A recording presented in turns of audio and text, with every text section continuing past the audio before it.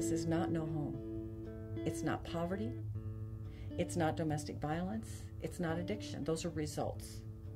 Homelessness is, and if this goes on tape, I hope everyone hears it.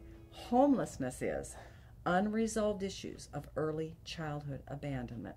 That's the core of people with whom we work.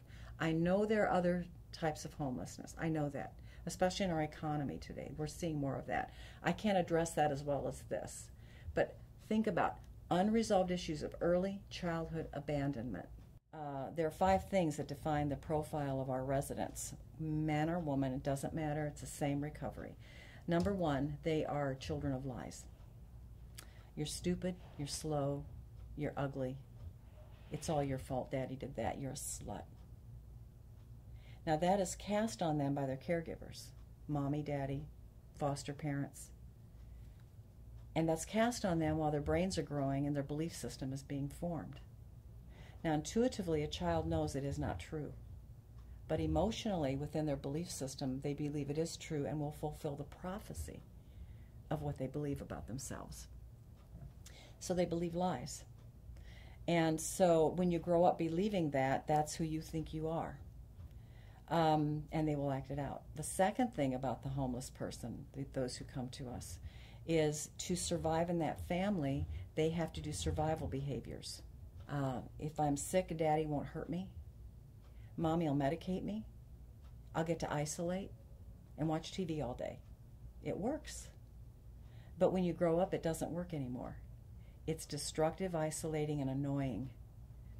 And the third thing is that when a child is traumatized, it could be being molested, it could be daddy dying or daddy leaving. When they're traumatized, they do not grow more than 3 years emotionally beyond the trauma of their childhood. So they come to us, this is my guess, between 5 and 13 years old, emotionally. I spoke and gave my story in the men's program, and a man followed me out into the office where I sat, and he threw himself on the floor face down, weeping. That's never happened to me. He said, "Why did you say that?" And all I said was, "Give up your rights to ever be loved by Mommy and Daddy. They will never love you the way you want. They can't."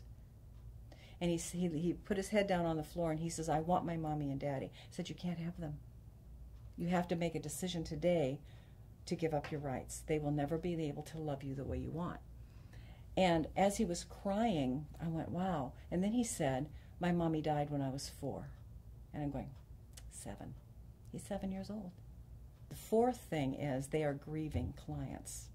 And when someone we love dies, we don't know that the first wave of grief hits 90 days after the death, and every 90 days for 2 years. So healthy grief work is 2 to 4 years. And after 90 days, we wonder why the widow's falling apart, because the first wave hit her. And the only way to the other side of grief is through it. So at one point, we have to initiate it, lean into it, and not medicate it, sedate it, or run from it. The fifth thing is that our hearts are created to love 100%. We are created for intimacy. But if we believe the lie, if I love someone, they will hurt me, therefore I cannot love at all, we will hold people at arm's length. But our hearts were created for intimacy. So we will give our hearts something to sedate the pain the lie causes. So if someone comes in, and I'm believing the lie I'm stupid, which was one of my lies, and that person may be my boss or an associate, and they have a migraine. They don't even see me. And they look past me as they walk forward. I'm going, they know. They know I'm stupid. I know they found out about me. They will neither love me nor like me. I need a whole chocolate cake. That'll make me feel better.